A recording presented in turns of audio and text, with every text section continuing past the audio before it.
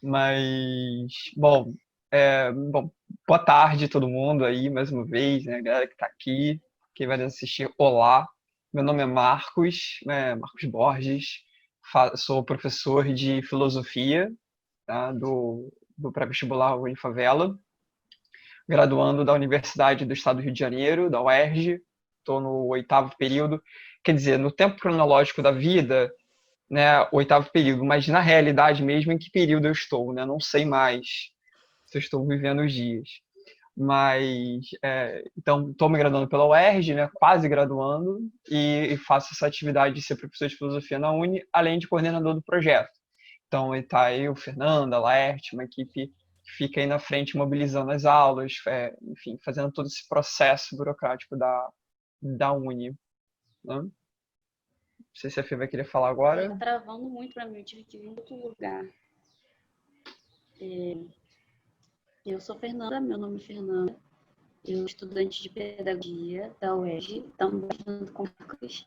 Inclusive, a gente está bem pertinho um do outro. Meu andar é o 10º, dele é o nono. Eu de pedagogia não estou aí no que período, tá perto de me graduar na teoria, né? Sou coordenadora pedagógica do Unifavela, junto com a Maria Júlia. A Júlia é uma outra pedagoga, ela já é formada, mas já fez outra. E aí eu estava conversando aqui com o Vitor, de começar somente, que eu entrei na Uni esse ano, né, no início desse ano.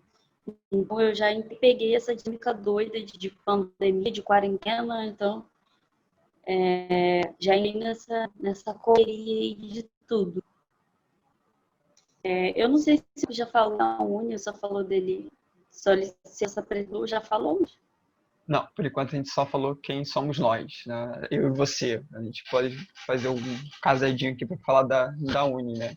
O que é a Uni? A Unifavela é um pré-vestibular favelado, né? A gente opera um pouco com esses dois termos, né? Comunitário e favelado, mas a gente entende que o termo favelado ele tem um objeto mais específico do que tão somente comunitário, que pode abranger um pouco mais, né? Favelado em que sentido? Em sentido de que o projeto ele nasceu numa iniciativa de pessoas faveladas, que foi o Laerte, por exemplo, que deu aí nessa.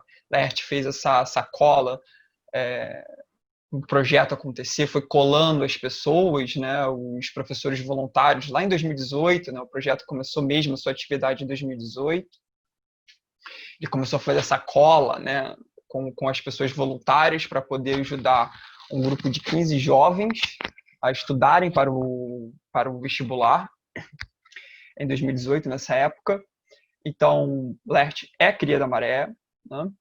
E então nasceu de uma pessoa favelada para pessoas faveladas e que até agora, até esse momento, é um projeto que lida com as questões da favela, trabalha com as vivências das pessoas da favela e os nossos conteúdos, né, os conteúdos educacionais, os nossos conteúdos programáticos, né, a gente pensa o vestibular, o conteúdo do vestibular, não só nessa dimensão de eu passar uma informação externa até aquilo que pode ser aplicado dentro do próprio território, ou seja, né, como é que a gente auxilia esse ensino conteudista, se a gente pode falar dessa maneira, com uma responsabilidade, que é uma responsabilidade de pensar e refletir o que é ser favelado no território da Maré, que já é extremamente fluido, né? Na medida em que a gente fala maré, mas a gente não pode entender a maré como um bloco só. Sabe? Maré, aquela coisa única ali, que não tem diferenças, que não tem particularidades, que não tem divisões, né? Que não tem certas práticas que podem mediar, às vezes, de uma rua para outra. Você pode ter pequenas práticas que vão diferenciar. É incrível isso, assim.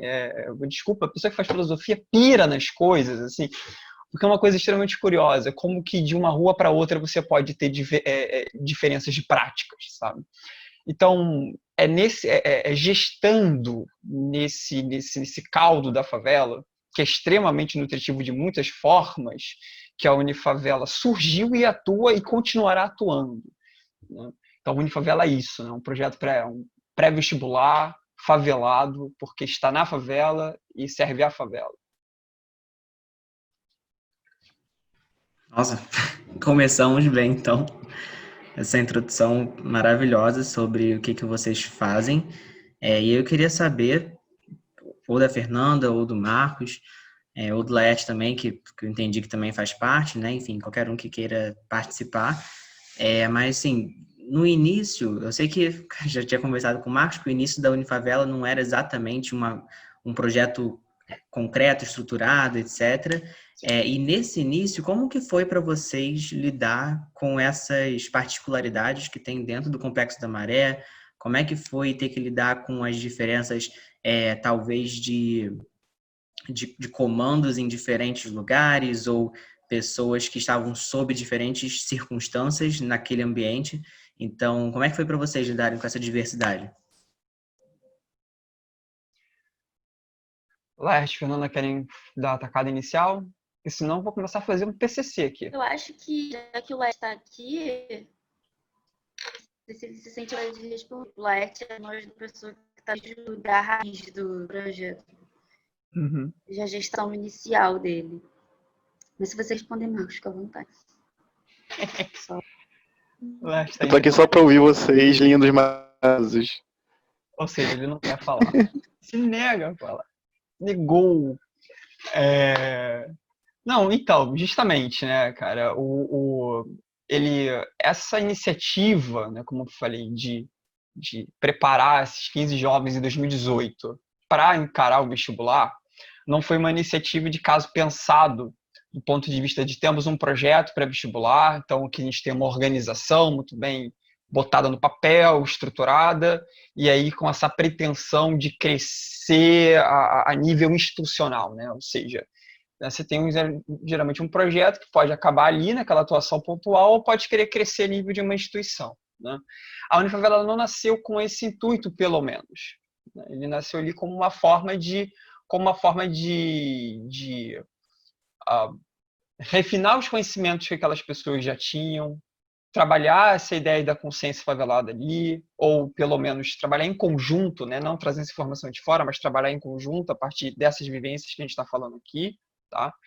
Só que acabou que o projeto, ele, falando especificamente ele não começou a ser um projeto assim, mas se tornou um projeto assim, foi porque justamente com o decorrer das atividades, que foi um decorrer bastante educativo até para quem estava na função de educador ou na função de professor, a gente começou a aprender a fazer muita coisa do zero, né? Ou seja, a gente foi transformando o projeto da maneira muito concreta, muito no dia a dia. Então, era um quadro que foi pedindo ajuda nas redes sociais, a gente precisa de um material, a gente precisa de um livro, a gente precisa disso, daquilo, do outro e tal.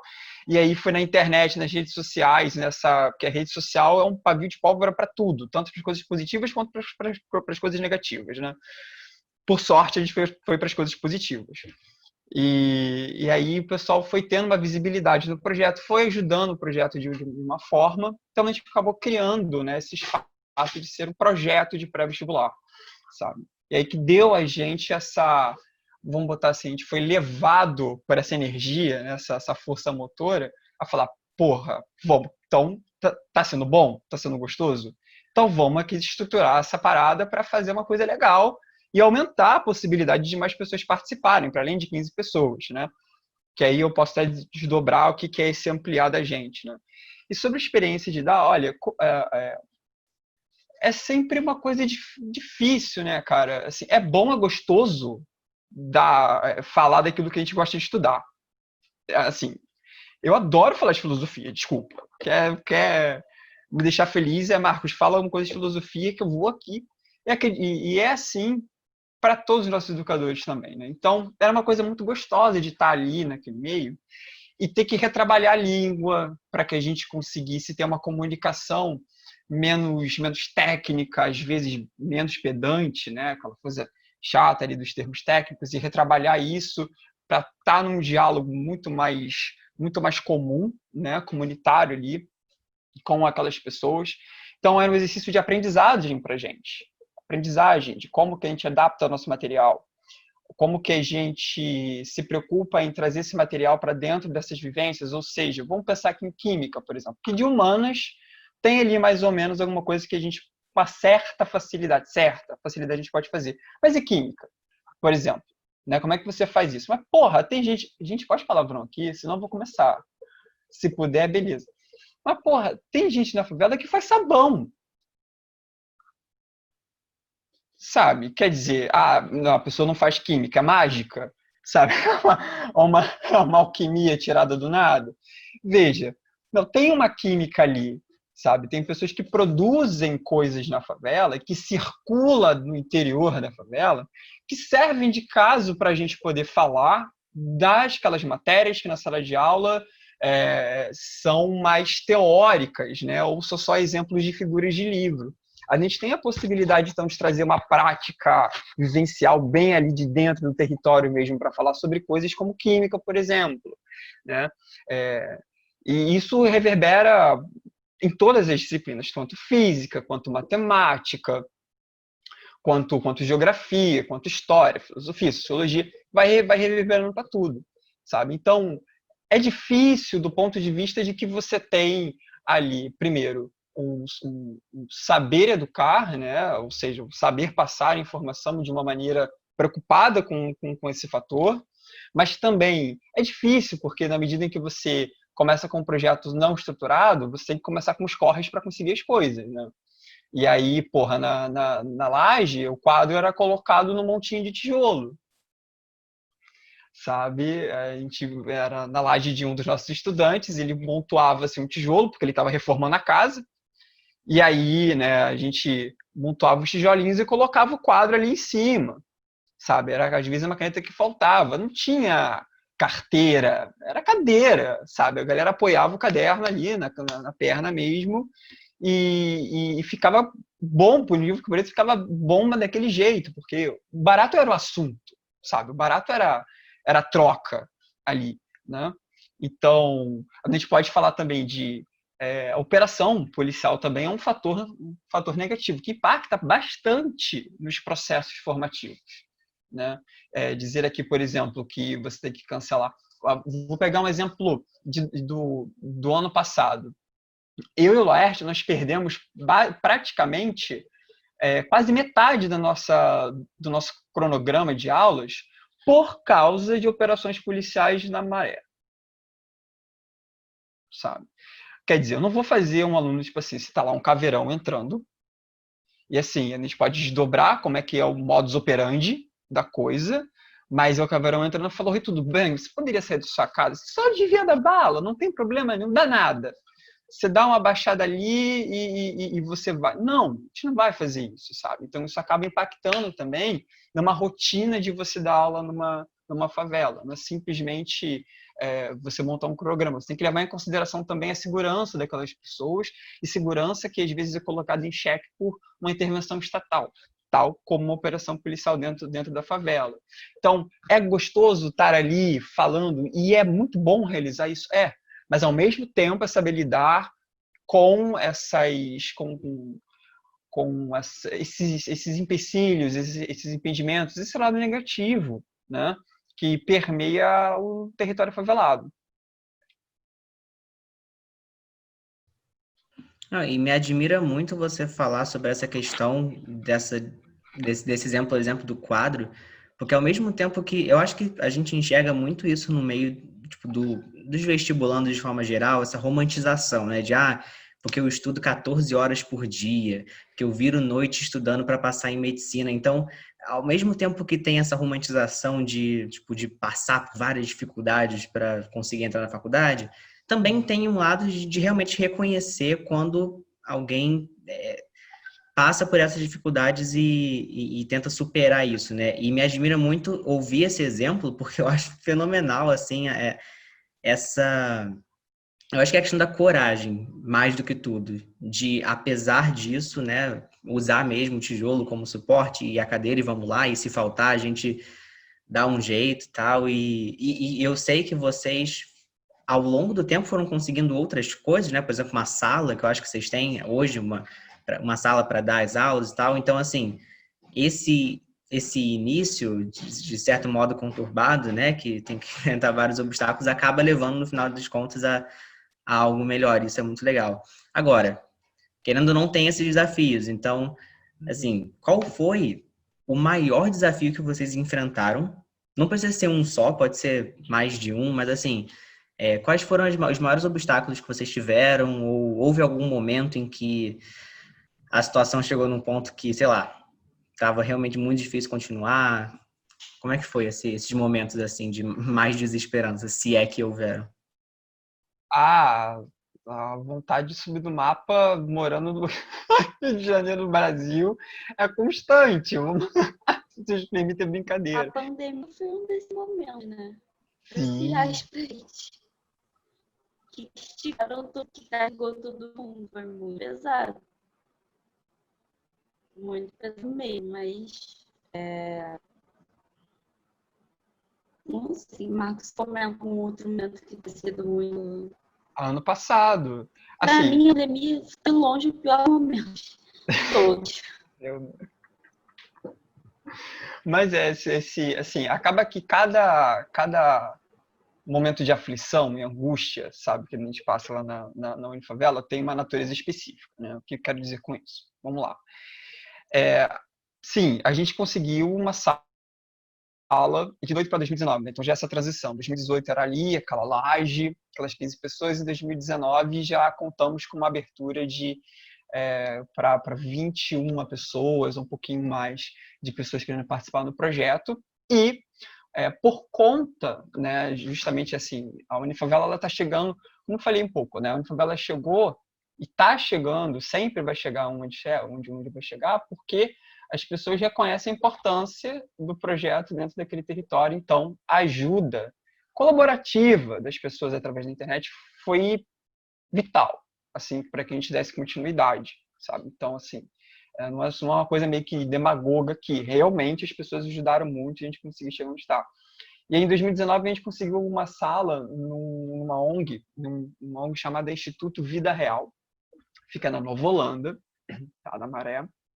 E a gente conseguiu uma sala, eles cederam uma sala para a gente poder fazer as nossas aulas. Então, né, uma salinha, e aí sim, entra uma carteira, um quadro que a gente tinha, a gente levou para a sala, aí a gente botou o mapa mundi que a gente conseguiu também de ajuda colaborativa. A gente colocou lá os livros que a gente foi conseguindo de doação também. Ano passado a gente conseguiu livros da UERJ de doação, sabe? A gente foi colocando ali no armário. Então a gente foi fazendo essas ajudas, foram montando o nosso projeto do ponto de vista material. Só que aí, vamos pegar, por exemplo, a evasão, sabe? A evasão do pré é uma das coisas que bateu bastante para a gente ano passado, sabe? O que é essa evasão? A gente começou com 21 pessoas.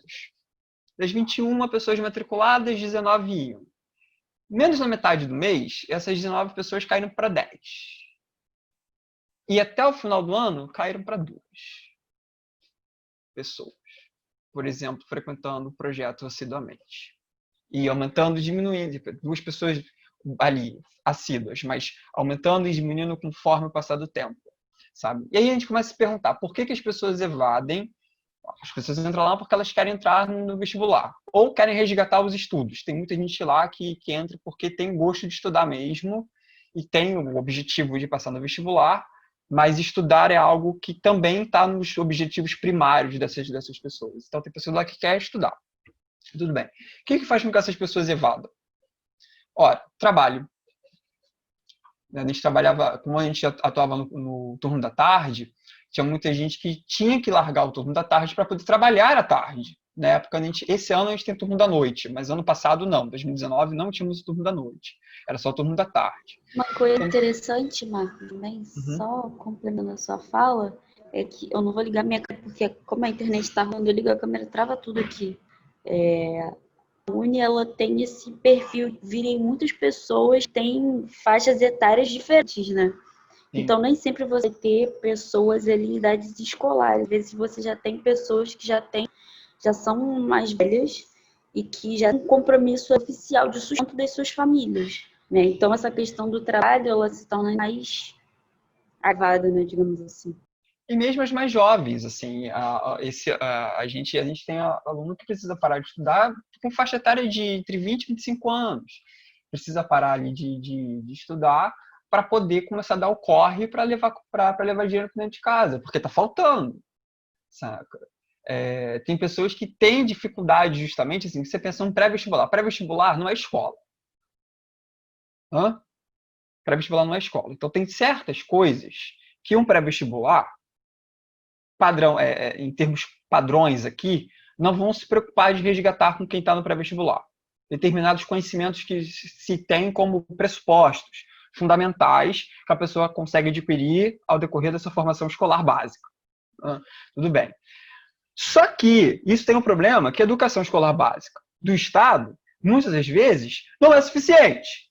Aí a pessoa entra no pré-vestibular, encontra um aparato teórico que, por mais que você faça a tradução ali da linguagem para ficar palatável, para trabalhar essas questões todas que a gente está dizendo aqui, ainda são aparatos teóricos que trazem certos fundamentos como pressuposto, a pessoa não tem. Aí vai causar uma coisa chamada desestímulo. A pessoa vai se sentir desestimulada a continuar progredindo naquele curso. Por quê? Porque ela se acha incapaz, conceitualmente, de dar continuidade àqueles tipos de ensino. Isso causa também um processo de evasão.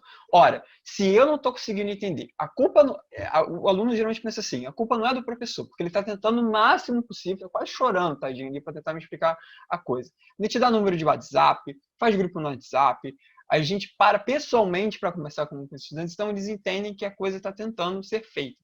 Só que como eles não se acham, como eles não conseguem acompanhar, e muitas vezes em casa ele não tem um espaço autônomo de começar a procurar essa informação por si mesmo, e aí entra aquela coisa meio Paulo Freire, né? Pedagogia da autonomia. Pedagogia da autonomia não é só abrir um caderno, fazer 30 exercícios no dia e pronto, tem uma educação autônoma. É muito mais do que isso, sabe? Muito mais do que isso e muito mais fundamental que isso. É saber procurar informação, saber ligar essas informações que você tem à própria prática de educação de si. E aí, sendo mais rigoroso com o Paulo Freire, é como que a minha educação reverbera na minha autonomia de vida, prática. Como é que eu efetuo a minha educação na prática da minha comunidade, do meu seio social. Né? Então, não é simplesmente abrir o caderno. Então, a evasão, ela tem esse fator que tem o quesito da idade por conta do trabalho, mas idade que pode ser, inclusive, entre os mais jovens, tem uma deficiência que vem do ensino básico, do ensino médio, aí vem desde o fundamental. A própria estrutura escolar de muitos territórios não é uma estrutura escolar que o processo de ensino e aprendizagem, a formação conceitual daquele estudante, aquela boa bagagem teórica daquele estudante, não é bem sedimentada, não é bem incitada para que ele tenha ali, né, a coleção dos seus conceitos e chega no pré-vestibular e encontra essa dificuldade. Então, sim, a evasão é um problema muito sério, de pré-vestibulares em geral, mas que a Unifesp também passou bastante ano passado. Você tem um decréscimo muito grande de pessoas constantes no projeto. Aí, quando você vai fazer essa pesquisa, aí você tem esses exemplos que eu falei, mas você pode ter casos de problemas familiares também. Casos de abuso familiar, por exemplo. Pessoas com peculiaridades ou particularidades na vida psicoemocional. Quer dizer, uma pessoa que, por muitas das vezes, tem problemas de ansiedade, depressão, agrofobia, como foi o caso que nós tivemos ano passado. Essa estudante retornou para a gente esse ano. Agrofobia também a pessoa desenvolveu, por uma série de questões que estão além daquele entendimento primário do que a gente tem de pré-vestibular. Sabe? Então, imagina você lidar com isso. Preocupado com as questões de vida daquelas pessoas. Preocupado para aquelas pessoas além de alunos. Pessoas sem luz. Sabe? Ou de simples estudantes. O que a gente faz? Se a gente não tem, às vezes, a condição material... Eu não sou psicólogo. Os professores não são psicólogos. O que a gente faz para correr atrás de psicólogos? Esse ano a gente fez isso. Sabe? A gente tentou ajuda psicológica. Mas o ponto você vai tendo tantas camadas de problemas sociais e individuais, tantos problemas, e quando você tenta se preocupar com cada um deles, você fala, caraca, será que eu estou fazendo a coisa do caminho certo? Será que está sendo suficiente? Será que está sendo bom? Será que a gente está fazendo as coisas realmente darem certo? Sabe? que a gente faz? E a carga de trabalho vai aumentando, vai aumentando.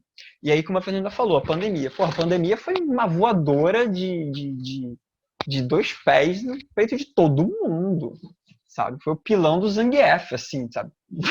Voando, assim, em velocidade máxima. Por quê? Porque você conta com quarentena, você conta com acesso à tecnologia, que não é todo mundo que tem, com qualidade, sabe? Mesmo quem tem problemas, vídeo Fernando que está aqui caindo todo o tempo, sabe? Entra o trânsito da autonomia, o estímulo a estudar, sabe? Então, assim, você tem N coisas que são no âmbito do social, que é do âmbito do político, como eu falei, das escolas no âmbito básico, né?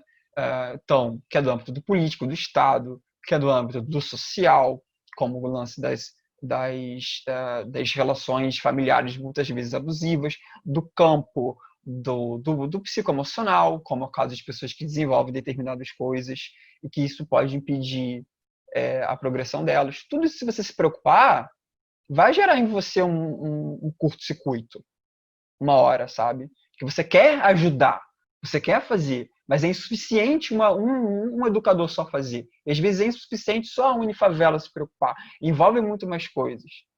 Isso dá uma diminuída, às vezes, de ânimo, porque é tudo muito urgente. A gente quer resolver coisas urgentes que não dá para resolver da noite pro dia. Conseguir passar a coisa? Não, bastante. E é muita coisa, né? Eu acho que você acaba falando muito porque, de fato, são muitos fatores a se tocarem, né? É um sistema muito complexo, tem muitas coisas envolvidas. E aí, só para não deixar para trás, você falou que tinha um caso de uma aluna, não peguei muito bem, com agrofobia. Uhum. Pode explicar, tipo, rapidamente o que é isso? Porque eu não sei. Olha, não chega a ser uma síndrome do pânico, tá? Não chega a ser exatamente isso, mas é uma espécie de fobia, né? Pânico, medo intensificado de relações interpessoais, né? Entre relações com pessoas. Então, vamos supor aqui uma estudante que tem agrofobia, por gatilhos variados, porque depende da pessoa, né? Depende da história de vida daquela pessoa, ela pode ter uma reação raivosa na sala de aula, porque as pessoas estão falando. Vamos pegar um exemplo aqui. A pessoa está tentando ter foco na aula, mas as pessoas estão dizendo, as pessoas estão falando, as pessoas estão falando. Uma pessoa pode ter uma reação explosiva de simplesmente gritar em sala de aula e mandar as pessoas calarem a boca, porque está insuportável. Mas, ou então, estou falando no caso de uma pessoa que tem essa explosão porque foi que eu tive contato mais próximo, né? Mas, em termos gerais, é isso. A pessoa pode desenvolver gatilhos diversos, mas que o ponto comum é as relações interpessoais com ela são atravessadas por essa fobia, sabe? Por esse medo intenso de eu não conseguir me relacionar com os outros em grupo. Eu não consigo me relacionar com as pessoas fora do meu espaço, que pode se reduzir a mim, ou às vezes eu com uma pessoa do meu círculo familiar. Eu moro com alguém e às vezes a minha relação se estreita só com aquela pessoa, porque ela está dentro de uma certa área de segurança para mim. Mas se você, ou a Yumi, ou a Fernanda, ou o Laerte entra nesse espaço, eu tenho uma relação de aversão, tenho uma relação de repulsão para com você, entende? Ou seja, como é que eu vou inserir esse estudante dentro do espaço de sociabilidade da sala de aula? Uhum. Ela tem justamente fobia à sociabilidade.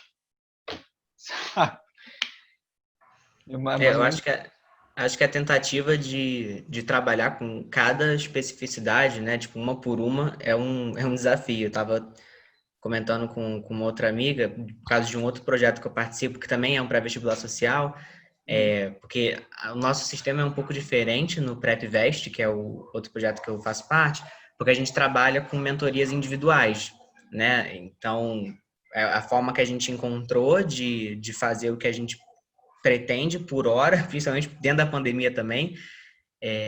E isso foi muito difícil, porque a gente precisava encontrar alguém que pareasse quase perfeitamente com o mentorado para que as necessidades dele fossem alcançadas, né, fossem supridas de forma melhor possível, para que ele não perdesse o que a gente queria passar. Então, Eu sei na pele que é bem difícil fazer isso. E aí você comentou vários problemas, várias questões, e eu queria saber se vocês enxergam alguma concentração de idade, por exemplo, nessas dificuldades, ou se é meio que igualmente distribuído assim por todo mundo. Olha, eu não tenho os dados exatos assim para te passar, tá? Sei sim, por exemplo, que essa pessoa, por exemplo, que teve a agrofobia, por exemplo, uma pessoa acima dos 29 anos, por exemplo, não chegava a ser uma pessoa jovem. Mas tivemos um caso de uma estudante, por exemplo, que, que tinha primeiro, problemas familiares, 17 anos essa estudante, estava para fazer 18, está para fazer 18 esse ano. E problemas familiares em termos que isso causava nela uma retração. Não chegava a ser uma agorafobia, mas chegava a ser um movimento de retração. O que é essa retração? Retração do seguinte: se você fala uma coisa para essa pessoa em sala de aula, ela está com a dúvida. Ela está com um problema ali de fazer a ligação, né, do conteúdo com o que está sendo falado, referente. Só que essa pessoa não consegue falar, não consegue te expor a dúvida dela, porque ela está com medo de ser criticada, de ser, de alguma maneira, ser um ponto risível em sala de aula, né? E por que não verbaliza, o professor ou a professora geralmente não fica sabendo. Chama atenção, porque quando você desenvolve essa sensibilidade de sala de aula, você fica olhando os corpos, e o corpo fala. É uma coisa muito, muito, muito importante. O corpo fala muito, sabe? Então você está vendo ali uma pessoa que senta na cadeira assim, descontraído, despojado, você fala, porra, talvez eu tenha um problema de chamar a atenção dessa pessoa, sabe? Talvez eu tenha uma coisa ali para, ou talvez eu consiga mais facilidade de trazer ele para mim. Mas se você vê uma pessoa sentada assim, sabe, assim, tipo, aí pega, escreve, e aí, tipo, quando você olha para a pessoa meio que desvia o olhar, olha para algum ponto assim, você fala, peraí, tem alguma coisa acontecendo. E aí você vai falar com ela e pode ter abertura ou não, como você falou, né? Ou a pessoa vai ter abertura contigo ou não vai ter abertura contigo. Só a experiência vai te dizer. E o contato com ela. Então, assim, e era mais jovem, de 17 anos, sabe? Então, acaba que os fatores de idade, sim, a gente poderia talvez fazer um estudo e verificar se tem certos problemas que se expressam em algumas faixas etárias específicas. Tal como há estudos, né, que fazem. Tal faixa etária tendem a expressar ansiedade entre os mais jovens, coisas do tipo, sabe? Mas a gente acaba percebendo que muitos desses problemas acabam não tendo idade certa, né? Ou seja, a ansiedade não escolhe muita idade e vai ali se expressando em pessoas de faixa etárias diferentes, sabe? Então, não, assim, de cabeça, pelo menos exatamente, dizer, em tal faixa etária temos mais esses problemas aqui, em outra faixa etária temos outros problemas de outro tipo. Não, a gente identifica problemas diversos, de naturezas diversas, em faixa etárias diversas. Pode ser 17, 30 anos, sabe? Pessoas, às vezes, mais velhas, porque já tem uma situação familiar.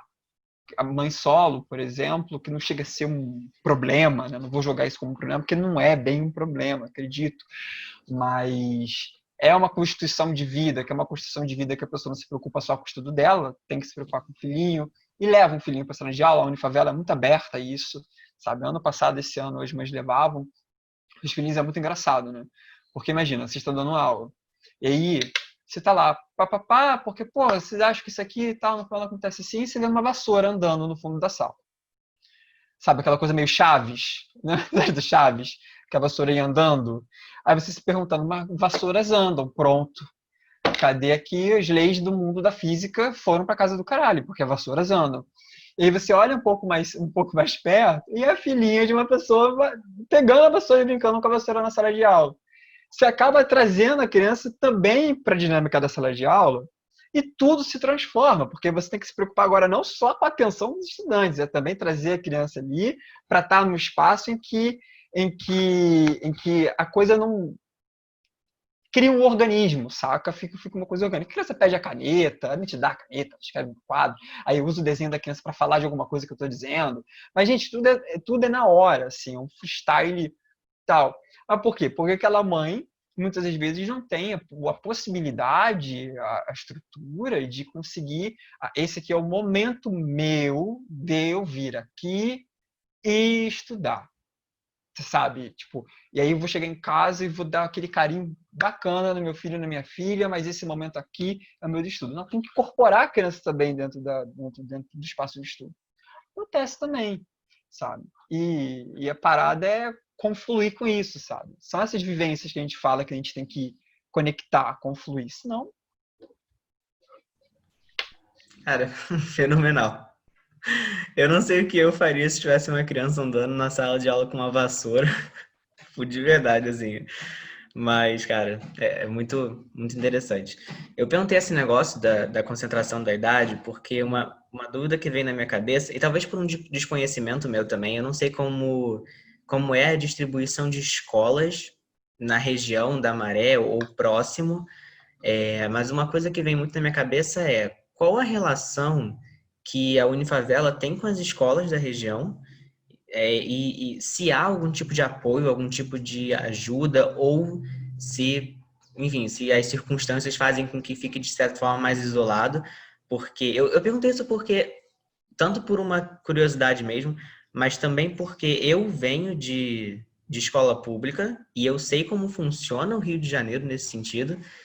E, infelizmente, eu digo que em muitas escolas que eu conheci, havia meio que como é que eu posso dizer? Uma conformidade dos professores, de alguns professores, ou de alguns diretores das escolas, com os problemas que aconteciam naquela escola e que, de alguma forma, impediam que os alunos se desenvolvessem. Então, existiam obstáculos e, às vezes, acho que diretores principalmente, porque o professor, eu acho que ele está muito mais próximo do aluno e ele acaba se envolvendo muito mais e lutando muito mais, eu acho. Mas, infelizmente, meu Deus. Infelizmente, eu observava um pouco essa postura de alguns coordenadores, etc. E eu queria saber como é que é a relação de vocês com as escolas perto de vocês. Um panorama geral, assim, eu até consigo dizer, talvez coisas mais específicas, como quantidade de escolas, por exemplo, estaduais ou municipais que existem dentro da Maré. Acho que o LERT tem levantamentos numéricos mais precisos do que os meus. São 3 escolas de ensino médio e é um dobro de escolas de caráter de ensino fundamental. Então, só que há um diferencial. Só há uma escola que atende nos 3 turnos, manhã, tarde e noite, que é justamente uma escola que fica próximo à sede da Unifavela. E a gente teve até uma tentativa de diálogo, que é um colégio que é conhecido dentro do território como GP, conhecido popularmente como GP, mas se chama César Perneta. A gente teve uma tentativa de diálogo, foi até no dia junto com o Marcos, e essa tentativa de diálogo se constituiu porque, infelizmente, os mecanismos burocráticos de ingresso às universidades, como o Enem, não é chegada essa informação para eles que funciona, o que é o SISU, o UNE, até o que é cobrado na prova de redação, por exemplo, prova de redação dentro do parâmetro Enem. Então, essa informação não é chegada. Enquanto isso, o cara que é do asfalto, que é de fora da favela, bebe lá no seu ar-condicionado, seu sanduíche, tudo confortável, desde antes mesmo de entrar no ensino médio, se duvidar. Entendeu? Então é uma coisa que eu pontuo muito aqui. Como é que a educação é tratada no Brasil hoje? A educação é tratada hoje como um privilégio, não como um direito.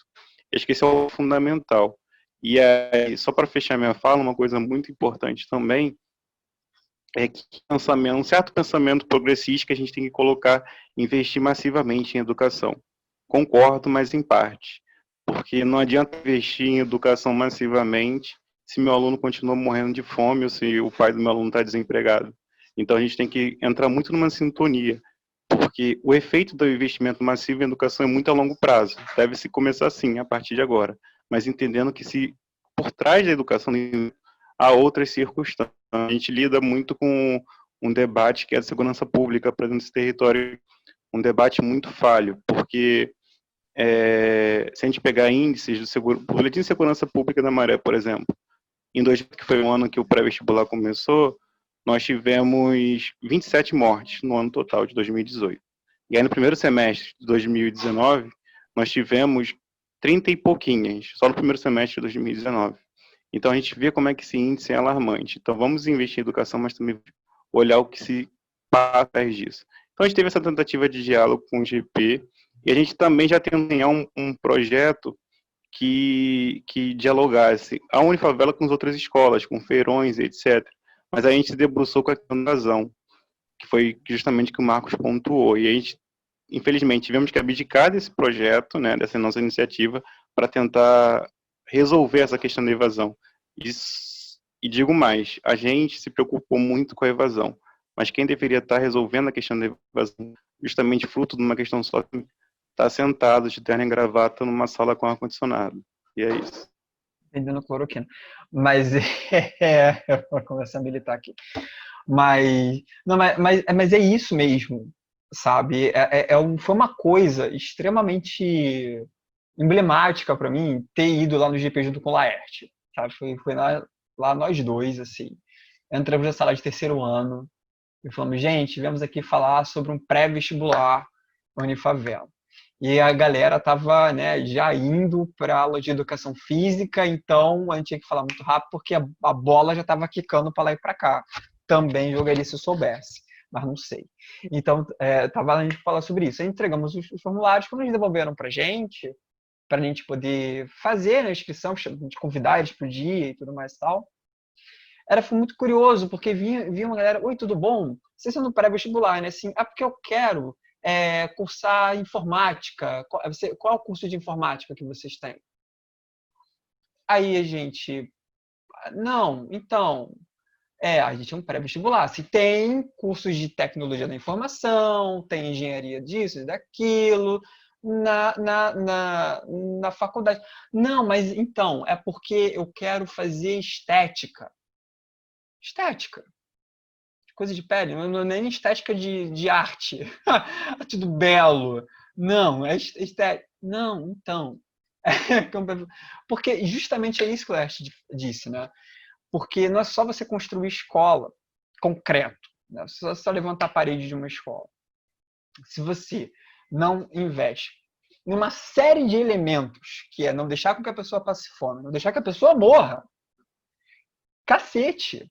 Não, assim, é uma coisa muito absurda da gente ter que falar. Absurdo. Tanto do ponto de vista constitucional, sempre lembro o artigo 5º da Constituição, que um dos incisos é não permitido por Constituição tortura e morte de qualquer pessoa. Não é permitido uma coisa dessa. Preservação da vida é uma coisa constitucional e ainda assim é necessário que um pré-vestibular diga que um elemento que impacta a evasão de uma escola ou a precariedade ou a deficiência de uma escola é justamente a morte de pessoas dentro do território favelado por parte do Estado, com uma política de... E aí eu acho que essa dimensão de educação libertária, né, ela vai muito além do que o senso comum pensa, né, que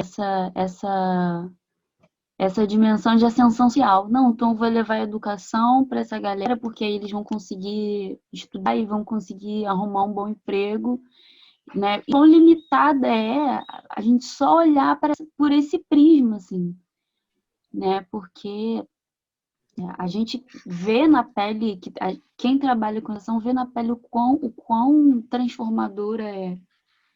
O quão transformador é o potencial da educação, né? Principalmente quando a gente está falando de uma educação que ela é mútua, né? Porque talvez, e eu sempre penso muito isso, assim, quando eu era aluna, só aluna, eu ouvia os meus professores dizendo que eles aprendiam muito com os alunos e eu achava que aquilo era jargão, assim, de professor, mas realmente é isso, sabe? Você dá, você recebe na mesma medida, assim. Talvez eles não estejam ensinando pra gente nada relacionado ao Enem.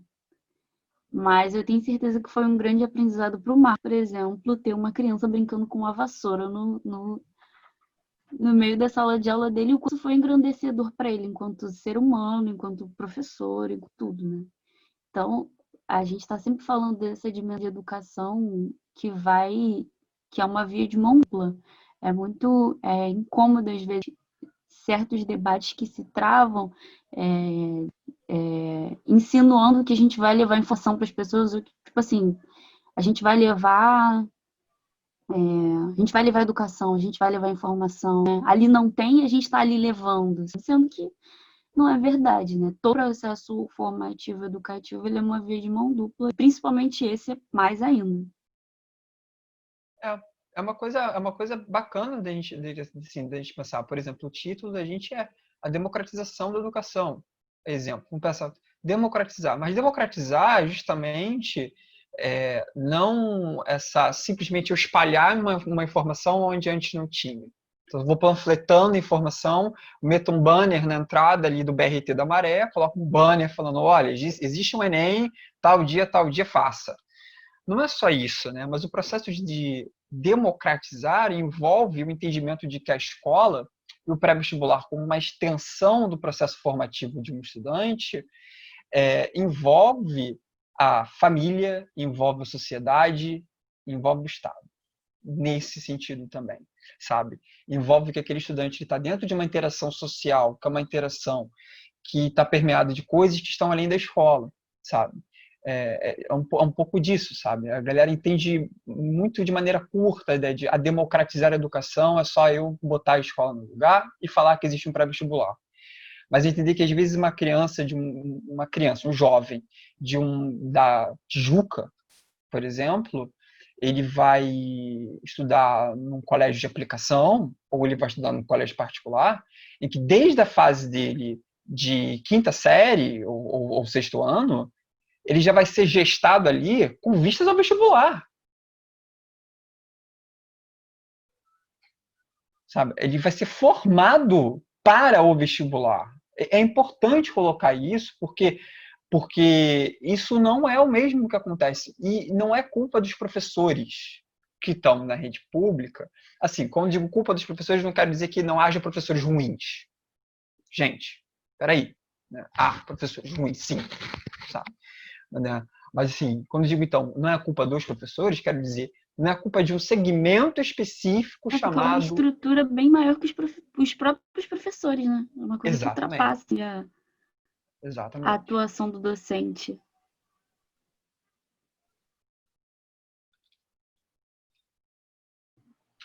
Gente, eu vou invadir um pouco aqui a área do PV, só para avisar que a gente vai abrir para as perguntas. Na verdade, geralmente você sabe que já está aberto, então não tem tipo, a gente abre oficialmente, mas quem quiser perguntar pode ficar à vontade. E eu queria fazer uma pergunta, já abrindo esse espaço, para vocês, Marco e Fernanda, sobre, assim, aqui na quarentena, a gente, na verdade, acho que é uma das partes que está um pouco mais defasada, e eu sinto um pouco isso, a meta é a gente conseguir melhorar isso. Mas, na teoria, são 3 pilares que sustentam esse projeto, que é justamente a divulgação da preservação e da conservação ambiental, da ciência e da cidadania. Eu sinto que esse da cidadania a gente pega, mas pega, assim, meio que de tabela dos outros. E eu acho legal que esse foi basicamente o primeiro papo que a gente pegou para falar de uma coisa que é extremamente importante para a base de qualquer pilar, assim, é o pilar do pilar, que é a educação.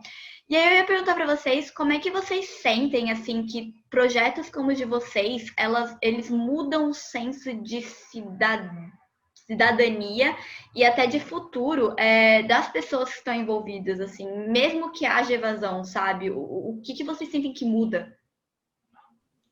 Cara, eu acho que um grande exemplo disso a Uni tem um podcast, né, que é a Unifacast. E aí no primeiro episódio, o Marcos e o Laerte falaram um pouco sobre como foi esse processo de inscrição da UERJ, né, de pedido de isenção à UERJ. Então a gente ficou recolhendo os dados. A gente não, eu não era do projeto ainda. Unifacast, Unifacast. Recolhendo os dados dos alunos e toda a burocracia de pré-vestibular, de isenção e documento daqui, dali, comprovação daqui, comprovação dali.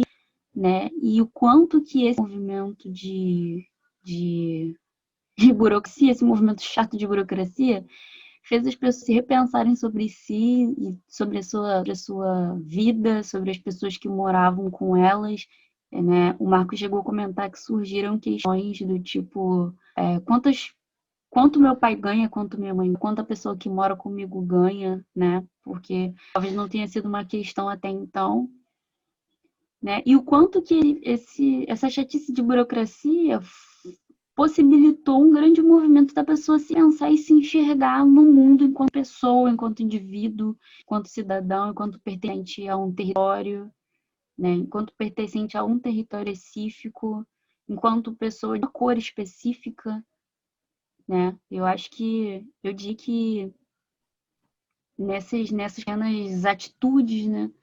A gente, mesmo que de cara não consiga perceber, mas é um passo para a cidadania muito forte.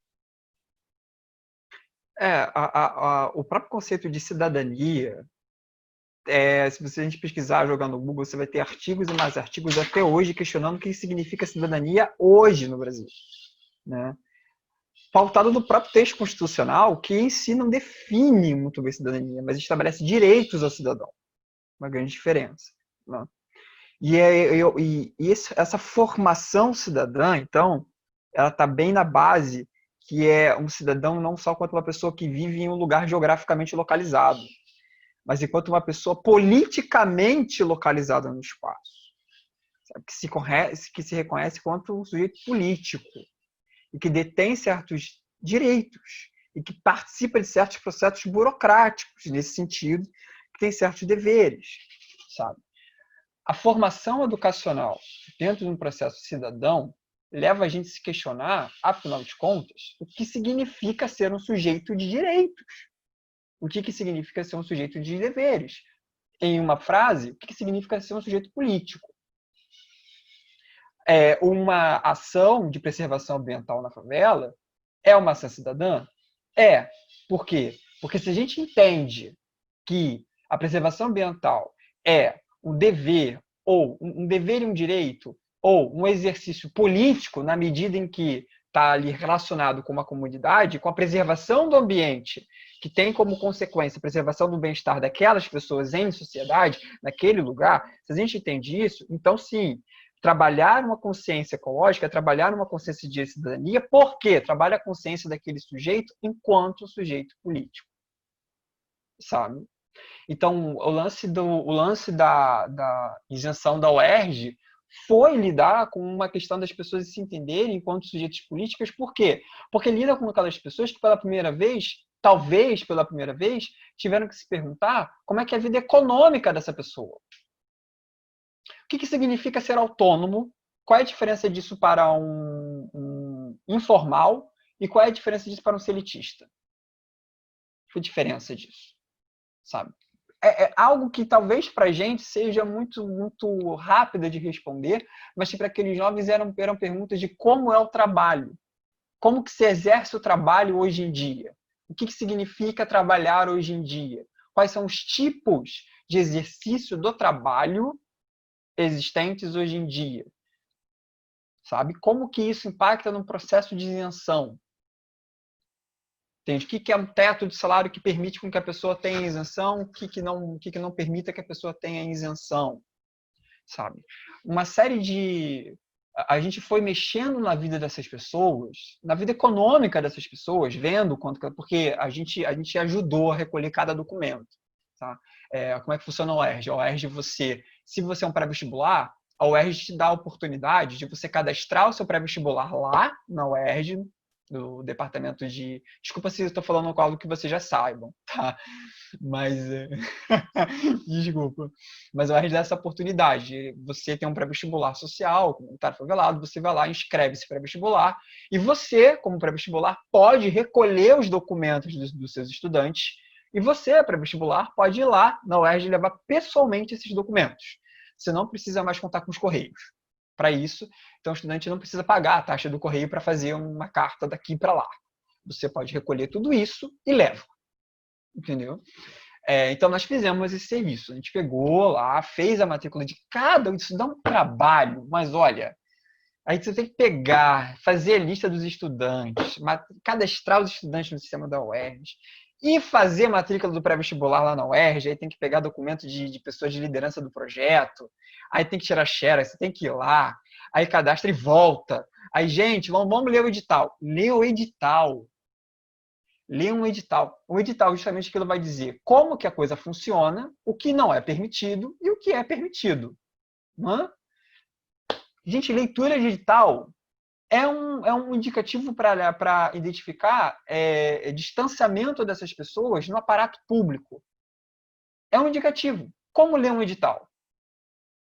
Raríssimas pessoas. Acho que, talvez eu possa falar, se não ninguém, talvez uma ou duas pessoas da nossa turma, desse ano, tarde e noite, tinham facilidade com a leitura de um edital. Quando eu digo facilidade, eu não ficava parando a cada duas palavras. Da organização interna de um edital. Ora, se um edital é um instrumento público, pressupõe que a pessoa tem acesso e pode ler aquela informação pública de alguma maneira acessível. E que não é. Não é acessível, porque a pessoa tranca ali na leitura do edital, não consegue avançar. Então, a gente foi ler o edital com todo mundo. Pegamos o edital, juntamos todo mundo na sala, vamos ler o edital junto, estou explicando. Linha por linha, sabe? Aí recolhe tudo, e quando a gente foi recolher esses documentos, a gente foi tomando ciência da vida econômica de cada pessoa, sabe? Ali dos corres de cada um, sabe? E aí, então, que mais uma vez eu venho perguntar. Pensar sobre formação cidadã, a gente fala toda vez, sai muito pela nossa boca, com muita facilidade a palavra cidadania. Porque, de uma certa forma, a gente pressupõe o que significa cidadania. Mas se a gente olha para esses casos e se pergunta o que é ser cidadão, a gente não falaria com tanto mais facilidade, mas a gente gaguejaria um pouco para falar que aquelas pessoas exercem ou são reconhecidas por parte de uma estrutura estatal como cidadãs. Por quê? Porque o próprio Estado inviabiliza que essas pessoas, por tudo isso que a gente está dizendo aqui até agora, tá? E eu estou fazendo uma afirmação complicadíssima. Daria horas e horas de discussão isso que eu estou dizendo, em termos de que o próprio Estado não reconhece a cidadania dessas pessoas, porque não dá a elas a possibilidade plena de ser um exercício político, como ler a porra de um edital. Saca? De se reconhecer enquanto sujeitos atuantes numa sociedade coletiva, social, portanto, política. Então, assim, a gente acaba até retrabalhando a própria ideia de cidadania. Saca? Muito legal. Nossa, vocês acabam falando muito, Desculpa. não digo isso de forma negativa, não digo isso de forma negativa, de forma alguma. Porque, na verdade, a gente vai surgindo várias coisas assim. É muito legal. Só reforçando o que a Mayumi tinha falado, gente, se vocês quiserem ou fazer pergunta ou comentário também, abrir o microfone ou botar no chat, fiquem à vontade, a gente quer que vocês falem também. Ou o que vocês estão achando disso tudo que a gente estava falando até agora. Eu acho legal porque a Mayumi falou, né, que a gente não costuma trabalhar muito esse tema aqui, mais por conta do nosso foco mesmo, não porque a gente não acha que seja importante, muito pelo contrário. Mas, enfim, eu acho que foi um dia de experimento, assim, né, pra gente entender um pouco mais como que isso se passa na nossa cabeça. Você falou várias coisas, né, e eu esqueci o que eu ia falar. Fala aí, Francisco. Fala que eu vou lembrar que eu queria falar que eu esqueci. A minha pergunta era mais pessoal, porque eu queria muito participar do pré-vestibular principalmente da minha faculdade, né? Só que, tipo, eu tô indo pro 5º período. E eu não sei, quando vocês começaram, vocês realmente se sentiam prontos para estar ensinando para um monte de crianças, sabe? É muita responsabilidade, né? E eu fico pensando nisso, tipo, será que eu realmente, como é que eu vou conseguir passar o que eu tenho que passar? Porque, tipo, eu não fui tão bem assim no Enem, sabe? Eu não me sinto tão bem na capacidade de de estar lá falando para eles. Eu queria saber, tipo, vocês sentiram isso também? Como é que foi essa adaptação? E queria saber como é que faz para ajudar o pré-vestibular de vocês. Tipo, vocês podiam falar mais o que a gente pode fazer para ajudar vocês. Ok, sim, choro todas as vezes Eu que não tem- vi a última pergunta. Qual foi a última pergunta? como ela poderia ajudar o projeto. De diversas formas, como é que ela poderia engajar a gente no projeto.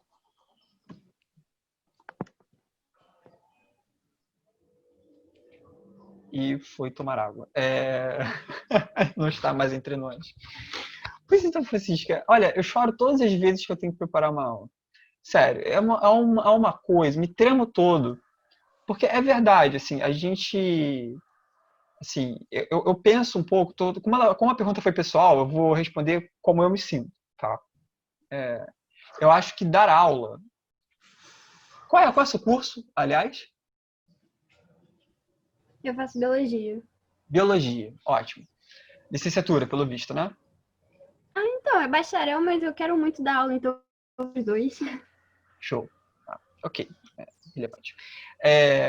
Eu penso muito que dar aula, seja de biologia, seja de filosofia, é a mesma coisa que um teatro. Estou pegando isso da Bell Hooks, inclusive. Intelectual, filósofa de educação insurgente, né? Uma prática insurgente de educação. Ela fala que dar aula é um pouco um ato teatral, saca? Você vai encantar, você vai trazer uma informação de uma certa forma para as pessoas que te escutam. Mas por que é um ato teatral? É que nem como se a cada vez que você entrasse na sala de aula fosse um espetáculo diferente. Mas não é aquele espetáculo de um popstar, sabe? Não é muito bem isso. Mas é justamente como que você faz aquele teatro performático, sabe? Você traz as pessoas para aquilo que você quer falar. Você troca com aquelas pessoas. Né? Você encanta, por isso que é um ato teatral, porque você está encantando aquelas pessoas, e porque você está encantando, você está trazendo elas para si. E você tem a possibilidade de atuar com elas e não para elas. Nesse sentido que eu faço essa distinção. Só que como é um ato teatral, a cada aula que você dá é uma coisa nova. Então a gente nunca está preparado 100%. Você pode se acostumar. Você tem costume. Então, por exemplo, da primeira vez que eu entrei em sala de aula, eu gaguejava, mas a boca secava, gelava inteiro, eu saí de lá. Olha, gente, não estou incentivando cigarro, mas eu fumo, sou fumante. Mas era assim, oi, tudo bem? Tá tudo certo. Eu tô ótimo. Esse fumando pra cacete. Por quê? Porque eu estava extremamente nervoso, sabe? Porque hoje em dia é um pouco menos, mas dá um frio na barriga, olha, dá um friozinho. Eu falo, caraca, será que vai ser bom? Será que eu vou conseguir ter uma boa expressão? Será que eu vou conseguir relaxar? A ponto das pessoas relaxarem comigo e eu conseguir fazer esse lance do teatro que eu tô aqui dizendo? Estou conseguindo fazer esse lance do encanto? Até hoje. Então, Francisca, honestamente, é natural pra cacete se sentir assim, sabe? E o gostoso é quando você tá se sentindo assim, faz a tua aula, faz a parada e termina meio que sem saber muito o que aconteceu, tá ligado? É gostoso uma coisa dessa, saca? É um medo, mas é um medo gostoso, porque te impulsiona a preparar as coisas, saca? Te impulsiona, eu não fui tão bem no Enem, como você colocou. Mas eu tenho que... Quem dá aula estuda a vida inteira. Não tem essa de eu passei no Enem, logo sei tudo, sou uma máquina, assim como alguns filósofos ingleses falam, né? A mente é um depósito que a gente coloca coisas e lá, os empiristas ingleses pensam, tem uma pira dessa. Não concordo muito. Mas, assim, justamente porque a gente não... A nossa cabeça não é um puro depósito, não importa muito se foi bem ou foi mal. Você vai ter que estudar independentemente. Saca? Querendo dar aula de biologia, usa esse pô, será que vai ser uma boa? Será que eu vou conseguir? Mas pensa, talvez, assim, se eu fosse te dar essa minha experiência, para mim é o frio da barriga de eu entrar para fazer uma peça, tá ligado? Do tipo assim, será que eu vou encantar a galera? Mas eu vou chegar lá e vou fazer de tudo para isso. Eu vou dar meu corpo para essas pessoas. Isso é uma coisa meio antropofágica. Saca? Eu vou dar meu corpo para essas pessoas se consumirem. E o que sair, saiu. Sabe? Não tem muito jeito. Tem dia que você vai dar uma excelente aula, tu vai sair de lá se sentindo o máximo. Caraca, eu sou foda. Mas tem dia que tu vai sair pensando assim, como é que tá o salário aqui no telemarketing mesmo? Como é que tá isso? Gente, estão contratando? Acontece. Acontece, sabe? Então deveria ser, para mim, poderia ser uma mola, assim, tá ligado? Impulsionar esse medo, ser um impulsionar para você ter essa experiência. E se não se preocupa com você pensar, será que eu tô qualificada, gabaritada para isso? Qualificado você vai se qualificar sempre, sabe? Você vai estudar sempre. Você vai ficar revisitando conceitos e matérias sempre. Muita coisa que você achou que você vai ter que falar na sala de aula, você não vai ter tempo para falar. Muita coisa que você achou que você ia conseguir fazer, você não vai conseguir fazer. É experimentação. Sala de aula em projetos sociais, sabe? Quando você não tem ali aquela pressão bizarra de ter que, como muitas escolas fazem, muitos pré-vestibulares fazem, uma pressão, você tem que dar aquela matéria. Meta, né, gente? Meta, você tem que cumprir a meta. Mas quando você tem um chão, assim, uma coisa mais social, você entende que a sala de aula é um lugar de experimentação. Teatro. É um teatro, gente. É um lugar para você experimentar. É um lugar para você contar a sua história, que é de biologia, que no meu caso é de filosofia. Você vai contar a sua história, sabe? E vai encantar as pessoas através da sua história. E vai fazer com que elas participem da sua história.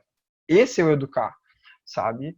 Mas a cada peça é uma peça. Vai ter dia que o público vai rir com você. Tem dia que o público vai jogar tomate.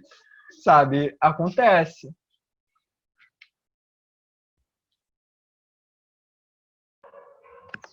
Cara, é muito legal. Eu gosto muito dessa coisa que a Francisca levantou. Acho que alguns professores que eu já conversei sobre assim, como é ser um professor, né?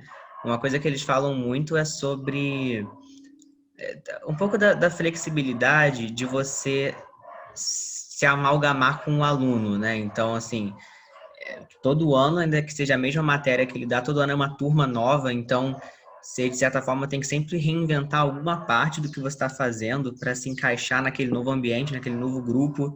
E ainda mais quando a gente fala sobre... Eu sei que não é exatamente o caso que a gente tem aqui, mas esses professores que dão aula, tipo, anos, e aí tem que lidar com, tipo, mudança até de gostos culturais dos alunos e tecnologia, um monte de coisa. Então, realmente, assim, é um processo constante de transformação quando você é um educador.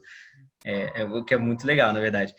Marcos, você comentou sobre uma moça, uma mulher, eu não sei, educadora, pensadora, que você falou? Bell Bela Hooks. alguma coisa? Bell Hooks. Bel? Você pode Eu vou botar o botar nome no rapidinho? chat. Posso botar no chat? Melhor, né? Pode. Bem, enquanto isso, a gente já passou de 1 hora, mas a gente não tem exatamente um tempo para acabar. Eu queria saber como é que vocês estão, se vocês estão confortáveis, se vocês estão gostando e tal. Se não, a gente pode ir caminhando para a finalização. Caso não, ainda tem algumas coisas para comentar. Se alguém quiser também entrar aí, fica à vontade. Por mim tá ótimo, pode seguir.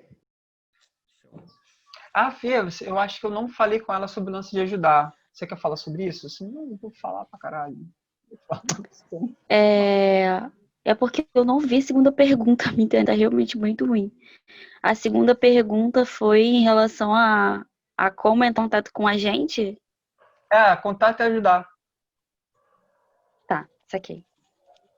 Então, a gente tem o Instagram, que é @unifavela, e o Twitter, que é também @unifavela, para facilitar a nossa vida.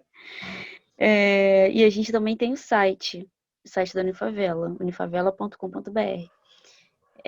Você pode mandar um direct para um desses, pro Instagram, pro Facebook, pro Instagram ou pro Twitter, ou pode entrar em contato com a gente pelo site mesmo da Unifavela. E só um adendo, assim, sobre o que você falou do estar pronto, né? Eu tive uma experiência muito atípica em relação a dar aula. Na Uni, não dou aula. Na Uni, eu sou da coordenação pedagógica. Mas quando eu comecei a dar aula, muito no susto, muito no improviso. Eu não estava preparada, fiquei um tempo dando aula e acho que eu ainda não estou preparada. E Eu não sei se eu vou estar algum dia. Parece que é redundante dizer isso, parece que é um pouco desanimador, porque a gente sabe que quanto mais tempo você tem de prática, mais confiante você fica, né? Então meio que não tem sinal, já não estou preparada. Mas a questão é que a gente que trabalha com pessoas, a gente vive essa dor e a delícia de viver o invisível, né? Então, às vezes, você prepara uma super aula e dá um super errado, fica uma merda, ninguém se envolve, sai dali querendo morrer. Você gastou tempo preparando aquilo e foi horrível. Às vezes você chega super desmotivado e acontece uma aula incrível que você nem esperava que acontecesse e você vai vivendo um dia de cada vez, né? Sempre entendendo, quando a gente está falando de educação, a gente está falando de contramão. E quando a gente fala de educação social, a gente fala de contramão da contramão, né? Porque o vestibular e o Enem foram feitos para que essas pessoas do território favelado não passem. Ele existe para eles não darem. Né? Então você está indo na contramão da contramão, e não só relacionado à educação, assim, você tem uma série de fatores que vão influenciar aquilo. Esse ano, por exemplo, muitas pessoas ficaram desempregadas. Uma das alunas que eu acompanho, ela ficou desempregada durante a pandemia. E em momento nenhum da faculdade alguém ensinou como que eu vou lidar com o sentimento de uma aluna, de uma mãe, de uma pessoa que deu o seu sustento, sabe? Tudo isso você vai aprender na relação. Eu não sei como fazer, né? Mesmo que eu já tenha passado por essa situação, ainda não sei como fazer. Até porque essa é uma pessoa empregada que vai lidar com isso de uma forma, amanhã uma outra que vai lidar de outra forma.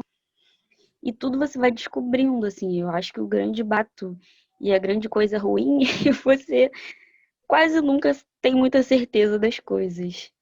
Mas eu te incentivo a super ir e fazer mesmo, porque a licenciatura, não é o seu caso, ainda não está na licenciatura, mas você vai perceber que a licenciatura, ela não é preparada para abraçar a diversidade, ela não é preparada para abraçar a diversidade de território, ela não é preparada para fazer com que você saiba lidar bem com especificidade dos alunos. Ela muito mal te prepara para olhar para o aluno como se fosse gente, sabe? Então, se você está a fim de aprender, realmente botando na cara e fazendo, que é o momento onde você vai mais aprender.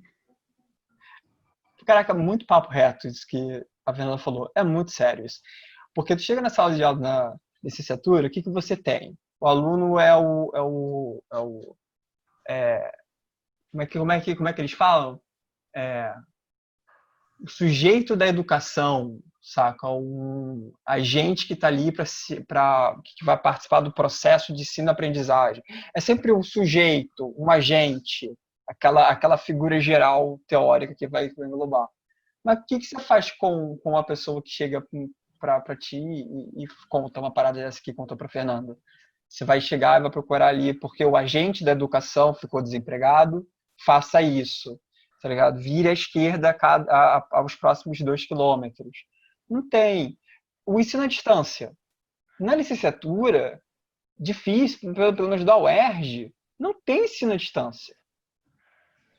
Na grade obrigatória, fixa, e se eu não me engano nas eletivas, que são aquelas que a gente pode pegar, sentar nas obrigatórias, não tem EAD. Como dar aula EAD? Não tem. A gente está aprendendo no fazendo mesmo, sabe? Qual é o método de fazer aula? Fazendo. Porque você vai realmente ligando um pré-vestibular a outro, você vai criando essa rede de contato, você vai trocando uma ideia com A, B e C. E nessa troca de ideias com A, B e C, você vai, bacana, ali deu certo, vamos tentar aqui? Vamos, deu errado. E aquilo ali, deu certo, vamos tentar aqui? Porra, agora foi. E você vai trabalhando essas coisas. Então, assim, vá para a licenciatura, sofra um pouquinho, porque é sofrível. Vá lá, algumas coisinhas são legais, não vou só falar mal que não, algumas coisas são bem interessantes, sabe? Um pouco de saber se organizar, um pouco de umas coisas assim, é legal. Mas, assim, aprender a dar aula mesmo é chão de sala. Tu aprende a dar aula indo dar aula, sabe? Não tem fórmula pronta. E professor que se engessa, pô, tem uma coisa que o professor de gesso, uma vez foi fazer o estágio. Aí chega aquelas professoras de antigas, 30 anos na escola. Aí fala assim, aquele sente cheiro de estagiário de longe, né? Ela, você é o estagiário. Aí eu sou. Aí, eu juro pra vocês, gente, na situação, ela falou assim, bem-vindo ao inferno. E eu, tipo, eu ria, mas eternamente eu ria. Porque é justamente isso que o Paulo falou, né? Como é que ela se transformou ao longo do tempo? Ela tem essa relação de aprender enquanto dar aula, tá ligado? Ela aprende enquanto ensina. Ela é educada enquanto educa. É via de mão dupla, gente. Sabe? Tem essa. Legal.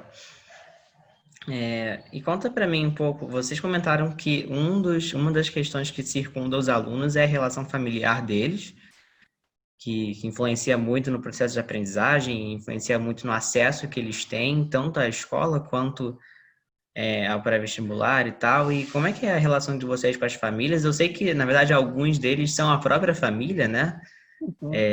Os que são mais velhos, ou né, as mães que são solteiras e que podem ou não ter alguém em casa para ajudar, etc. E como é que é essa relação com a família? Porque eu acho que, principalmente no campo educacional, a família é uma extensão do aluno, né? Então, tudo que for se tratar sobre o aluno e com o aluno, você também tem que envolver a família ou no diálogo ou no entendimento do que está acontecendo, né?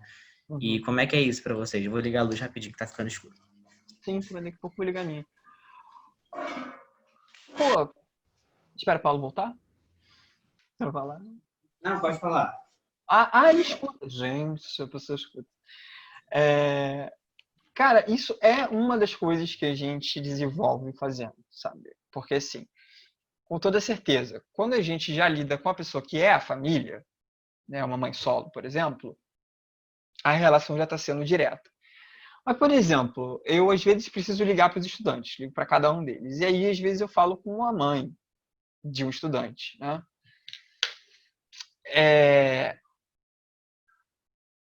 Ela já tem aquela visão do pré-vestibular distanciada. Então, é uma escola, sabe? É uma escolinha que meu filho vai lá de vez em quando. Então, assim, é uma relação que não é tão simples de estreitar, sabe?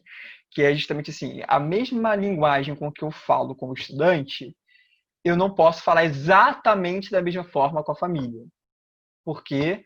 Porque aquela família pode ter um modo de pensar, um certo sistema de valores que não necessariamente é que o estudante vai ter.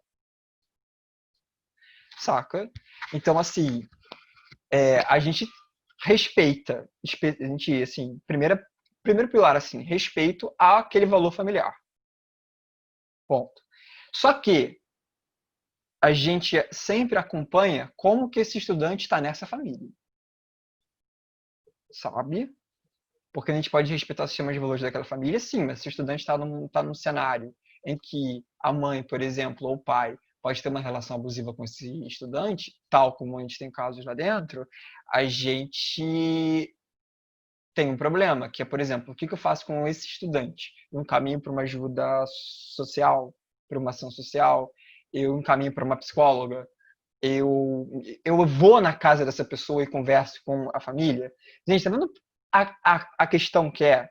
Você está indo na casa de uma pessoa que não te conhece. E você vai vestido com a camisa de eu sou educador da Unifavela. Você não é qualquer pessoa que está na rua. Você vai, eu sou educador da Unifavela. Estou vindo aqui conversar contigo porque a relação que esse aluno está tendo na sua família está tendo impacto para ele na sala de aula. Vamos desconstruir esses valores aí, meu bem. Olha a merda que isso vai dar. Assim, então, é uma coisa, gente, que nós ainda tratamos com muitos dedos, sabe? Quando a gente entende que tem uma abertura maior, a gente vai. Quando a gente entende que tem um distanciamento maior, a gente toma mais conta do estudante do que vai a família, sabe? Tenta trabalhar ali o estudante da melhor maneira, acolher aquele ou aquela estudante da melhor maneira que a gente puder, sabe? Mas até agora a gente não tem feito isso, por exemplo, de chamar pai, mãe, ou só pai, para vir, ou quem é tutelar, né, daquela pessoa, para ir lá na uni ou agente a casa dessa pessoa discutir sobre um problema estrutural da família, sabe? Isso ainda não foi feito. Mas é aquilo. Como é que está o estudante? Olhe para aquele estudante. Como é que você está? Como é que é a sua família? O que eu posso fazer por você? Até onde vai o nosso limite? É um pouco isso. Reconhecer qual é o limite que uma ação de educação tem. A gente às vezes olha aqueles filmes como, por exemplo, sei lá, aqueles filmes tem um filme que a Michelle Pfeiffer participou, acho que é Mentes Perigosas ou coisa do tipo, sabe? Ou um filme antigo, estou revelando minha idade. Mas o ponto ou filmes em que o professor, tipo Sociedade do Poetas Mortos, saca? Você tem ali uma coisa, aquele professor que, sim, a gente quer ser um pouco disso, sabe? Que consegue cantar e transformar. Mas tem um pouco de uma certa romantização, como se fosse uma coisa muito mágica, né? O professor vai ali, fala metade de palavras muito bonitas e muito poéticas, o pai fala, olha, que poder da poesia, vou mudar com meu filho. Não é muito bem assim que funciona, sabe? Não é muito bem por aí. Então é uma relação que tem que ter cuidado e tem que visar o estudante. Ver como é que ele está, conversa com ele. Tenta pegar a coisa da família a partir do estudante. Ver se essa abertura que ele pode te dar, ou que ela pode te dar, vai ser algum indicativo de até onde você pode fazer e ir. Às vezes você não pode fazer nada. Você tem um contato de uma assistente social que pode. Às vezes você tem um contato de uma psicóloga que pode. Às vezes você não tem, mas você corre atrás. Sabe? Porra, não tem o número de uma assistente social. Mas eu vou correr atrás, gente. Alguém sabe de uma assistente social? Eu preciso. Entre em contato e converse com a assistente social, com a psicóloga, ou quem for que tenha os aparatos para entrar naquela família da maneira menos invasiva possível, ou invasiva da maneira certa, sabe? Que você, enquanto educador, não tem, porque não foi preparado para. Então, primeira abordagem, o estudante. Quer pensar na família? Vai no estudante, porque é ele que você está próximo. Vai no estudante. Conseguiu a abertura? Se não conseguiu, tenta achar o jeito de conseguir. Porque se você está reconhecendo que é um problema ali, você tem que tratar aquilo ali. Vai lá, tenta acolher aquele estudante. Acolher aquele estudante, o que eu posso fazer? Eu posso fazer alguma coisa? Posso, então eu faço. Não posso fazer alguma coisa? Eu vou recorrer a quem possa. E aí você cria essa rede de contatos, essa rede de ajuda para o estudante. Porque o educador sozinho não é o Robbie Williams nem a Michelle Pfeiffer. Ele não vai fazer a mágica do filme acontecer porque não está no roteiro. Sabe? O final feliz não está no roteiro. Ou o final triste, porque né, Poetas Mortos, o garoto, desculpa o spoiler, morre. Então, quer dizer, né? Complicado.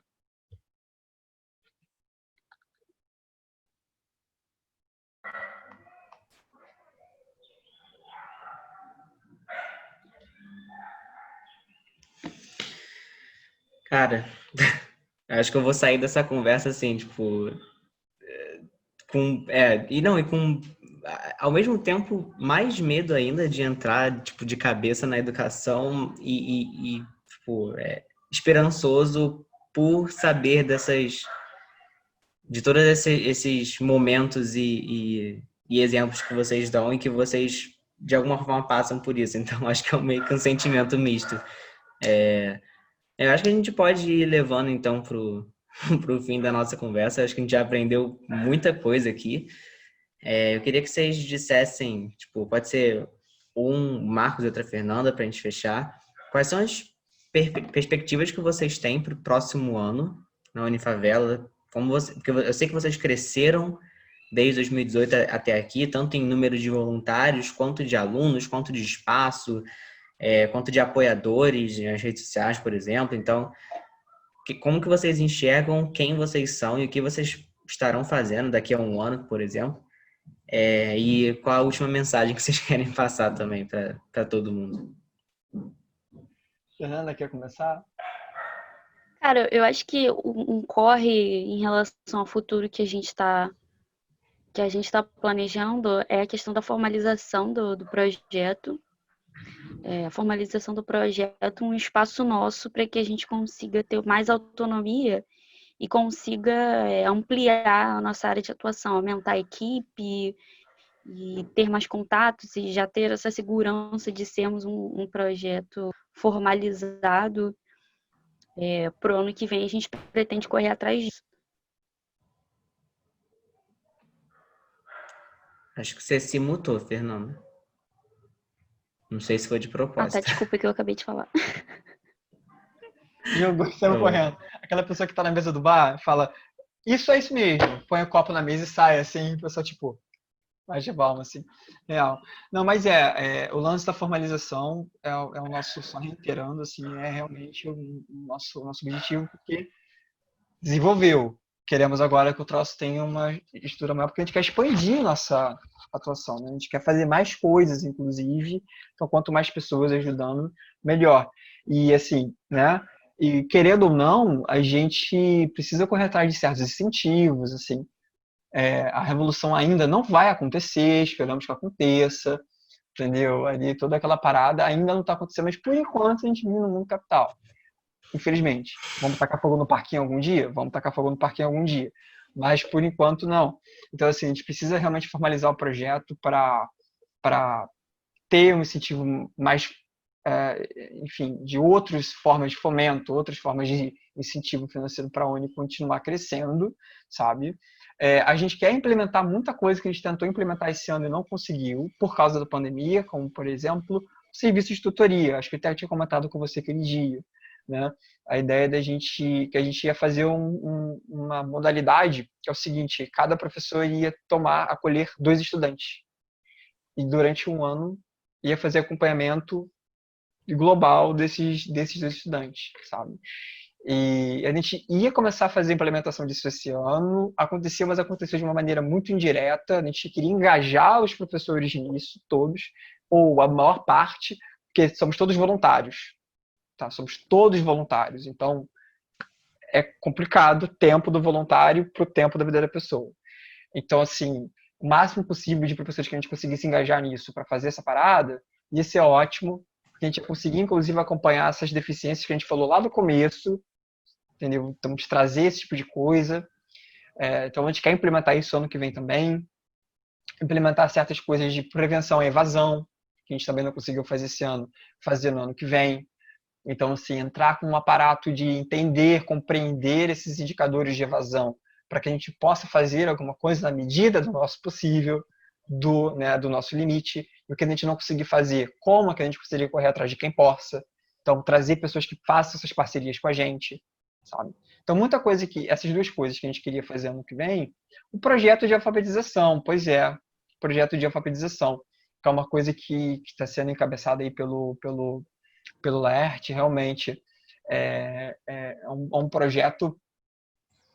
No ano que vem o mundo não acabe de novo. Pois é, assim, para mim a gente já está vivendo nesse limbo, né? Nessa coisa, nesse start.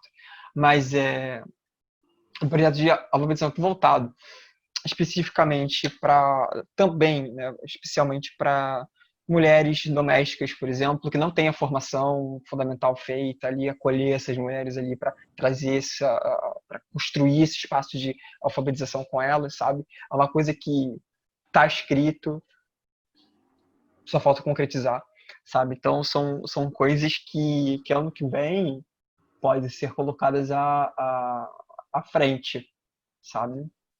São muitas ideias, cara. São muitas ideias, mas sabe como é que é, né? É muito trabalho para fazer a coisa dar certo. É pouca gente fazendo, sabe? Em termos de pegar ali o processo burocrático para fazer e corre atrás de galera que pode ajudar a gente. É uma parada, é um corre muito grande. Mas vale a pena, né? Porque, afinal de contas, não é só para mim que eu faço a coisa, né? Eu faço porque eu preciso fazer o troço. E a mensagem que eu deixo no final, então, para concluir é: gente, vamos lá, quem quiser dar aula,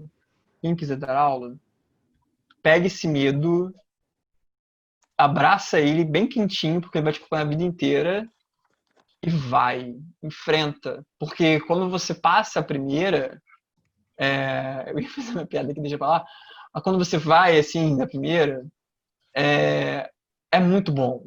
Você terminar uma aula, saca? E os estudantes, eles olharem para você com um olhar, com um bom olhar, saca?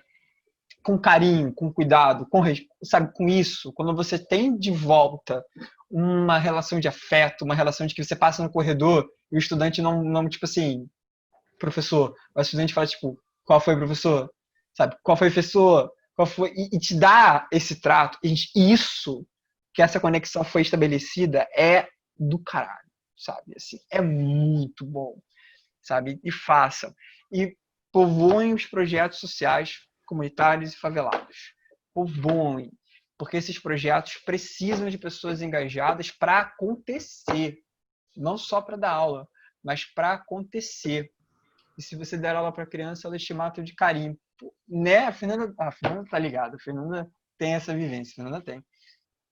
Sabe? E precisa de pessoas engajadas. Sabe? O projeto social, ele não precisa só da galera que dê aula necessariamente, mas às vezes precisa de gente para fazer um PowerPoint, uma planilha, tá ligado? Às vezes tem gente que tem projeto social que precisa de gente para ajudar a ligar para estudante, para saber por que não está indo mais indo, para saber o que está acontecendo. O projeto social, às vezes, precisa de gente para ocupar as redes sociais, para falar, gente, está acontecendo isso no projeto, olha só que legal, olha que bacana, vamos aqui ajudar o projeto a acontecer. Ou seja, os projetos sociais precisam de mãos, braços e pernas, e cabeças. Precisam de corpos, sabe? Então, quem quiser engajar em projeto social, vai engajar com a disposição do corpo e ajudar com que os projetos precisem. Porque eles precisam. Olha, se precisam. Muito lindo. Eu tô falando aqui com a Mai, que a gente faz parte de uma outra instituição chamada LALA. Não sei se eu comentei com o Marcos quando a gente estava conversando, que é a Academia de Liderança da América Latina. E você falou uma coisa que saltou para mim muito, que a gente um ideal que a gente trabalha muito dentro da LALA, que são duas coisas em uma, que uma é se apaixonar pelo problema e não pela solução. E você fala assim, a gente acaba tendo muitas ideias, e eu acho que isso tem a ver com prestar tanto atenção no problema, né? Quando você foca no que está acontecendo, naquele problema, você consegue enxergar muito mais fatores, consegue enxergar muito mais engrenagens desse mecanismo, e por isso que surgem tantas ideias. E isso é porque a gente sempre procura isso, né? Se apaixonar pelo problema e não ficar só vidrado naquela solução que pode não dar certo se a gente não voltar um pouco no processo. E é uma coisa que eu observo muito na fala de vocês e que é uma delícia. Gente, se alguém quiser falar mais alguma coisa, a Yumi ou Fernanda ou qualquer um, fiquem à vontade. Se a Mai quiser dar um agradecimento aí também. Eu queria agradecer, eu queria muito, muito, muito. Eu gosto desses papos, são os papos que me superam muita expectativa, né? Porque eu tava acostumada, assim, com esses papos, da ciência, da preservação, e acho que a gente, quando conhece alguma coisa nova, a gente não mergulha de cabeça, ou a gente fica sempre, tipo, naquela baixa expectativa e tal, eu adoro quando supera, assim, sabe? É um negócio absurdo. E eu tô me sentindo muito feliz, eu não sei explicar, sabe? Eu sinto que meu coração tá quentinho. E eu sinto essa necessidade, sabe? Eu queria falar, sair por aí, gente. Oi, gente, vocês conhecem o Unifavela, que tal ajudar? Vocês conhecem esses projetos de democratização da educação? Vocês conhecem, sabem como fazer, sabe? Tipo, é muito incrível isso. Eu gostei dessa sensação, sabe? Eu acho que mesmo distante, eu admirei isso de verdade, tanto no Marcos quanto na Fernanda, quando vocês estavam falando. Essa história de passar esse amor pelo ensino, assim, esse amor que vocês têm, porque vocês estão fazendo literalmente sem receber, assim, nada material, né, que o sistema valoriza. Cara, é incrível, incrível. Quero agradecer vocês e eu quero agradecer talvez em nome dos alunos de vocês também, que eu tenho certeza que eles sentem a mesma coisa, de verdade. Incrível, incrível. Igualmente, eu agradeço muito. Eu conhecia bem pouquinho, assim, da Uni antes de preparar tudo isso e, enfim, fico extremamente feliz em conhecer mais da história de vocês e tudo que vocês carregam. Eu acho que qualquer pessoa que verdadeiramente trabalha com algum tipo de transformação social, não só algo de fachada, mas que de fato tem o coração nisso, tem sempre muito a dar, né? E muito a agregar aos outros que também fazem isso. E eu acho que isso é uma coisa que a gente compartilha. E, enfim, é sempre muito bom conhecer outras pessoas que fazem isso, porque, como a Mayumi falou, né, a gente fica com o coração quentinho e também dá uma energia maior para continuar fazendo. Então, agradecer vocês por esse compartilhamento. Bem, gente, eu acho que é isso. Se a Mai quiser finalizar. Gente, a gente que agradece. Obrigada pelo convite, obrigada por esse espaço. É sempre muito bom a gente trocar ideia com as pessoas, dividir e ouvir também. Então, obrigada aí por esse espaço aberto pra gente. Ah, antes que eu esqueça, a gente vai botar, caso vocês não se incomodem, no YouTube essa conversa que a gente teve. Tem problema? Não? Ótimo. É isso, gente. Então a Maia vai fechar a sala, eu acho. Tranquilo. Adeus. Obrigado, Até a tá? Mais próxima. uma vez aí. Tchau, Boa sorte a todos nós. E abraço de álcool em gel. Pedro, eu acho que você é o host, viu? Você que fecha a sala. Ai, meu Deus, não sei como é que faz isso. Socorro. Só livre aqui, ó, close. Ah, achei, calma. Vamos lá, então. Gente, então, Muito uma boa noite a todos. Beijo. Tchau, tchau, gente. Até mais.